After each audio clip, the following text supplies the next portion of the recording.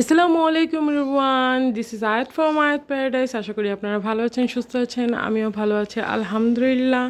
মা হলে কত দায়িত্ব সেটা অ্যাকচুয়ালি মা হওয়ার পরেই বোঝা যায়।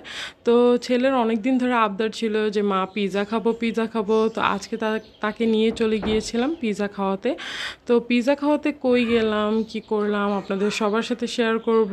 তো চলেন ব্লগটা শুরু করা যাক। এখানে আমি রেডি হয়ে গিয়েছি, আমার বাসায় কারেন্ট ছিল না, তো বারবার ঘেমে ঘেমে যাচ্ছিলাম, তো খুবই খারাপ লাগছিল। তো তাড়াতাড়ি আর কি রেডি হয়ে বের হয়ে গেলাম। তো পিৎজা খাওয়াতে চলে যাচ্ছিলাম মোহাম্মদপুর।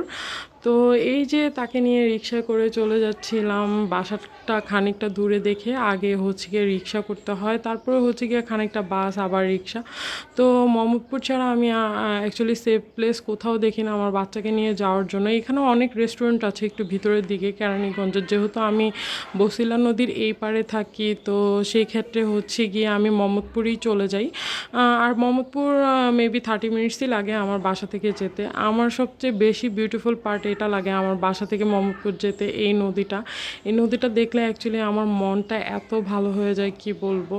তো এই যে বাসে করে, রিক্সা করে, বাস দিয়ে মোহাম্মদপুর বাস স্ট্যান্ডে নেমে গিয়েছিলাম, এরপরে রিক্সা করেছি। এটা হচ্ছে গিয়ে সাত মসজিদ, আর কি সাত মসজিদ।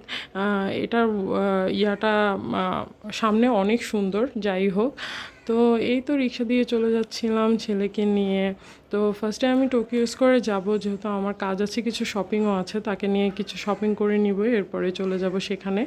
তো এই তো যাচ্ছিলাম আর খুবই মজা করছিলাম। আমার একমাত্র এনজয়ের মাধ্যম হচ্ছে গিয়ে আমার দুই ছেলে।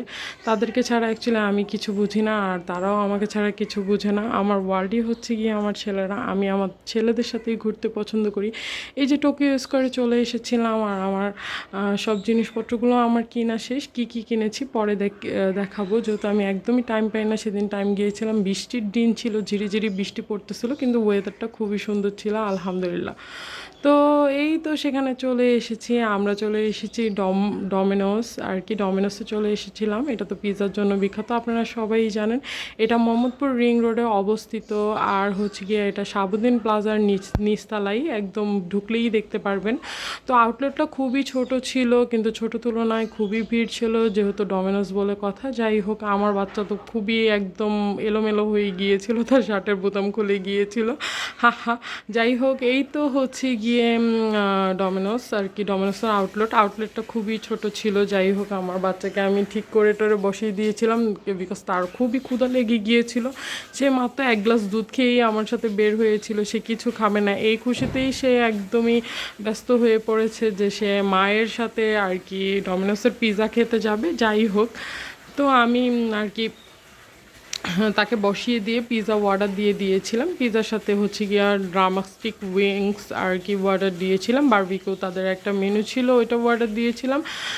পিৎজার দাম মেবি এখানে 500 টাকা থেকে শুরু হয়েছে আমার কাছে আর কি।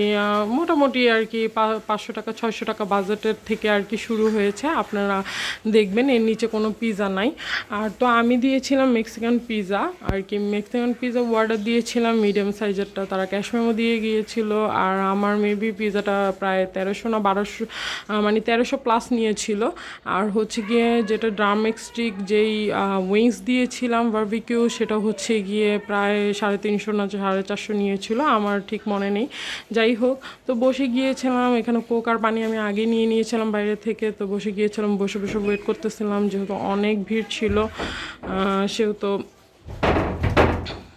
বসে ওয়েট করেছিলাম, আর পিৎজা আসার জন্য ওয়েট করেছিলাম। তো আমি আবার গিয়ে বাইরে থেকে আর কি দৃশ্যটা দেখিয়ে দিচ্ছি যে কীভাবে আসতে হবে আপনাদের সুবিধার জন্য। এটা মোহাম্মদপুর রিং রোডে একদম টোকিও স্কোয়ারে সোজাসুজি চলে আসলে শাহাবুদ্দিন প্লাজা, এটা সবাই চিনে। মোহাম্মদপুরে যারা থাকে, মোহাম্মদপুরে যারা অবস্থিত, তারা তো চিনেই, আর বাইরের মানুষরাও খুব সহজে একদম চিনে যাবেন। যাই হোক, অলমোস্ট 30 মিনিট আর 40 মিনিট মতো বসেছিলাম, যেহেতু অনেক ভিড় ছিল। তাদের পিৎজা দিতে, ডেলিভারি দিতে একটু টাইম লাগছিল। যাই হোক, আমি অনেক এনজয় করছিলাম। আমার বাচ্চা আমার পিছনে, আমি যখন ক্লিপ নিয়েছিলাম সেও এসে দাঁড়িয়ে আর কি ইয়া করছিল। তো অনেক এনজয় করলাম, অনেক মজা করলাম। আউটলেটটা তো খুবই ছোট, আপনারা দেখতে পাচ্ছেন। যাই হোক, তারপরে সেই তুলনায় ভিড় অনেক বেশি।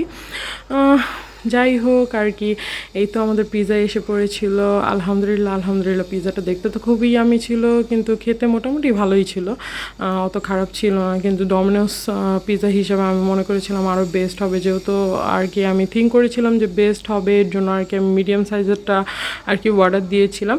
তো আমাদের দুইজনের খেতে একদমই কষ্ট হয়ে গিয়েছিলো। যাই হোক, আমি মনে করেছিলাম আমার বাচ্চা আর কি খেয়ে আসে নেই, সেহেতু আর কি বড়ো সাইজেরটাই অর্ডার দিই, তো মিডিয়াম সাইজেরটা অর্ডার দিয়েছিলাম প্রায় 12-13 ইঞ্চির মতো।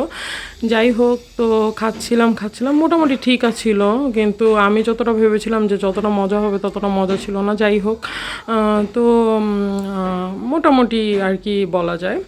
তো এই তো খাচ্ছিলাম, ছেলের আবদার মেটাতে হলে আমার বাসা থেকে কত দূরে আমার আসতে হয়, তারপরেও হচ্ছে গিয়ে ছেলের আবদার বলে কথা। মা হয়েছি যেহেতু বাচ্চাদের খেয়াল রাখতে হবে। আমি আমার বড় ছেলেটাকে অনেক মিস করতেছিলাম, অনেক মিস করতেছিলাম। পিছনের এই মেয়েটা বারবার তাকিয়ে দেখছিল আর কি, যেহেতু টেবিল খালি ছিল না, বারবার তাকাচ্ছিল আশেপাশে যে টেবিলটা কখন খালি হবে। তো আমি তো আমার বাচ্চাকে খাওয়াইতেছিলাম, এর জন্য অলমোস্ট আমার একটু দেরি লেগেছে, যেহেতু বাচ্চা মানুষ তাড়াতাড়ি খেতে পারে না। তো যাই হোক, দোনো মা ছেলে মিলে টাইম নিয়ে একদম ফিনিশ করে ফেলেছি। আলহামদুলিল্লাহ দিনটা অনেক বেশি ভালো কেটেছে, যেহেতু আমার বাচ্চার আর কি বাসা থেকে অ্যাকচুয়ালি আমি ছাড়া আর কেউই নাই, তাদেরকে নিয়ে বের হবে, এর জন্য মাঝে মাঝে তাদেরকে নিয়ে বের হয়ে যাই। তো অলমোস্ট পিৎজাটিতে শেষ করে খাওয়াটাও শেষ করে এখন বাসার দিকে রওনা দিব। এই তো আমি আবার ঠিকমতো একটু লোকেশনটা আপনাদের দেখিয়ে দিচ্ছি। আমার বাচ্চা তো খুবই খুশি, আর এর জন্য আমিও খুশি। তো এই তো রওনা দিচ্ছিলাম, রিক্সা করেছিলাম আমার বাসা যাওয়ার জন্য। তখন অলমোস্ট প্রায় 8:30 বেজে গিয়েছিল। তো দিনটা ভালোই গিয়েছিল। আশা করি আপনাদের সবার ব্লগটা পছন্দ হয়েছে। আমার সাথে থাকবেন, আমার পাশে থাকবেন ফলো করে। তো আজকের জন্য এতটুকু পর্যন্ত। আশা করি আপনাদের সবার ভালো লেগেছে। তো সবাইকে thank you watching for my video. সবাই আমার সাথে থাকবেন, পাশে থাকবেন, আমাদের সাপোর্ট করবেন। তো এই তো শেষে দেখাচ্ছিলাম অ্যাকচুয়ালি আমি টোকিও স্কোয়ার থেকে কী কিনেছি। আমার এই পাউডারটার এই সেন্টটা অনেক পছন্দ। তো থ্যাংক ইউ ফর দ্য